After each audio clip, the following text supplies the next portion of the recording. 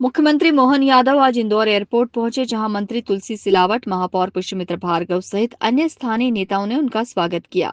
Airport पर media से बातचीत करते हुए मुख्यमंत्री ने कई महत्वपूर्ण मुद्दों पर अपने विचार रखे। मुख्यमंत्री मोहन यादव ने भगवान श्री कृष्ण से संबंधित सभी प्रमुख स्थानों पर भव्य निर्माण और सुव्यवस्थित विकास का संकल्प लिया। उन्होंने कहा कि भगवान श्री कृष्ण ने कंस का वध करने के बाद भी सत्ता का मोह नहीं किया और शिक्षा की ओर रुख किया, जो आज भी प्रेरणा स्रोत है। उन्होंने ये भी कहा कि भगवान श्री कृष्ण जब राजस्थान से उज्जैन आ रहे थे, तो जिस मार्ग पर और जिन स्थानों पर वे रुके थे, उन्हें भव्य रूप में विकसित किया जाएगा। इस दौरान मुख्यमंत्री ने कांग्रेस और आम आदमी पार्टी पर भी तंज कसा।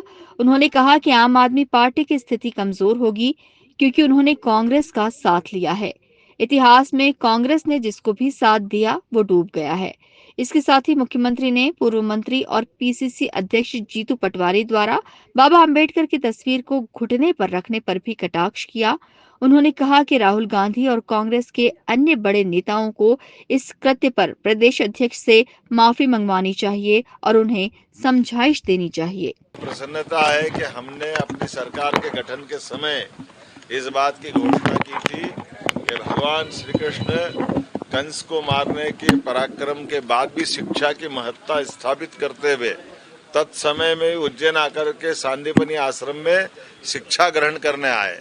ये शिक्षा के प्रति उस समय का अनुराग बताता है, जिस आधार पर दुनिया में संदेश जाता है कि एक तरह से सत्ता परिवर्तन में सत्ता बदलने वाले व्यक्ति ने बजाय कुर्सी के अपने आप को शिक्षा के हवाले किया, शिक्षा ग्रहण करने की इच्छा व्यक्त की। यह आज भी हमारे लिए समसामयिक है कि हमारे परिवार में भविष्य की पीढ़ी को शिक्षा के साथ जोड़े। मुझे इस बात की प्रसन्नता है, जब मैं मथुरा जाकर के लौट के आया हूँ तो हमारे और राजस्थान सरकार ने तो तय कर लिया है, भगवान कृष्ण मथुरा से उज्जैन आते के समय राजस्थान के रास्ते से किस किस मार्ग से आ रहे हैं और कहाँ कहाँ उनकी लीलाएं हुई, कोई इतिहास जीवंत हुआ है, उस इतिहास को पुनः पवित्र स्थल के रूप में बदलने का काम हमारी सरकार करेगी। मध्य प्रदेश में भगवान कृष्ण की जहाँ जहाँ लीलाएं हुई, जहाँ उनके चरण पड़े, कोई घटना जुड़ी है, ऐसे प्रत्येक चीजों को हमारे विद्वानों के सुझावों के अनुसार ऐतिहासिक प्रसंगों को पुनः जीवंत करते हुए प्रत्येक स्थान को भगवान कृष्ण की लीला स्थल मानते हुए तीर्थ स्थल में विकसित करने का प्रयास हमारी सरकार के द्वारा किया जाएगा। देखिए, ये लोकसभा के चुनाव के समय से हम बोल रहे थे कि अल्टीमेटली आप पार्टी और कांग्रेस पार्टी ये जनता को मूर्ख बना रही है और मूल रूप से इनकी दोनों की भावना सिवाय भाजपा के ये एक ही मुंह से चलने वाले लोग हैं और वो एक एक करके पत्ते खुल रहे हैं कि अब कांग्रेस भाग रही है आपको छोड़ के, और आप आरोप लग रही कांग्रेस पे। भाजपा तो तब भी सामने थी और आज भी सामने।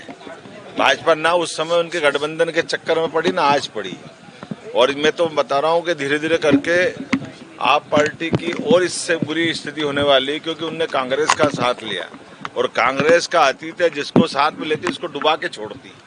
कांग्रेस किसी का भला नहीं कर सकती और ये दोनों वरिष्ठ नेता और हमारी पार्टी में नहीं सुन रहे, तो ये विचार करने का विषय कांग्रेस का है।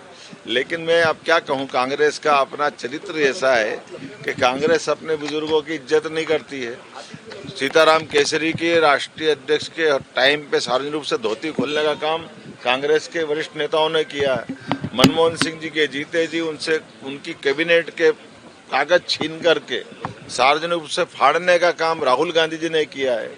उनके अब क्या बताएं, मैं ज्यादा बोलना नहीं चाहूंगा। मैं उम्मीद करता हूं कि वो अपने नेताओं को नियंत्रित कर ले और सार्वजनिक रूप से अपने लोगों को पहले समझाइश दे, अम्बेडकर जी का सम्मान करे, पार्टी के अंदर की गलतियों के लिए क्षमा मांगे, फिर आगे बढ़े। बड़े दुर्भाग्य के साथ कहना पड़ रहा है कि पहले कुछ दिल्ली से प्रदेश इकाई के अध्यक्ष को समझाइश दे, माफी मांगे, कुछ कार्रवाई करे, जिनने अपने घुटने पर रख करके अम्बेडकर जी का अपमान किया।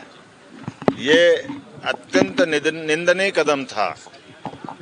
कोई अम्बेडकर जी के चित्र को सार्वजनिक रूप से प्रदेश अध्यक्ष अगर इस ढंग की स्थिति लाते हैं, तो मैं समझता हूं कि जीतू पटवारी जी को भी माफी मांगना चाहिए। इंदौर में दो भाजपा पार्षदों के बीच चल रहे विवाद के सवाल पर मुख्यमंत्री मोहन यादव ने चुप्पी साध ली और किसी तरह की प्रतिक्रिया नहीं दी। Bureau report, INN news, Indore.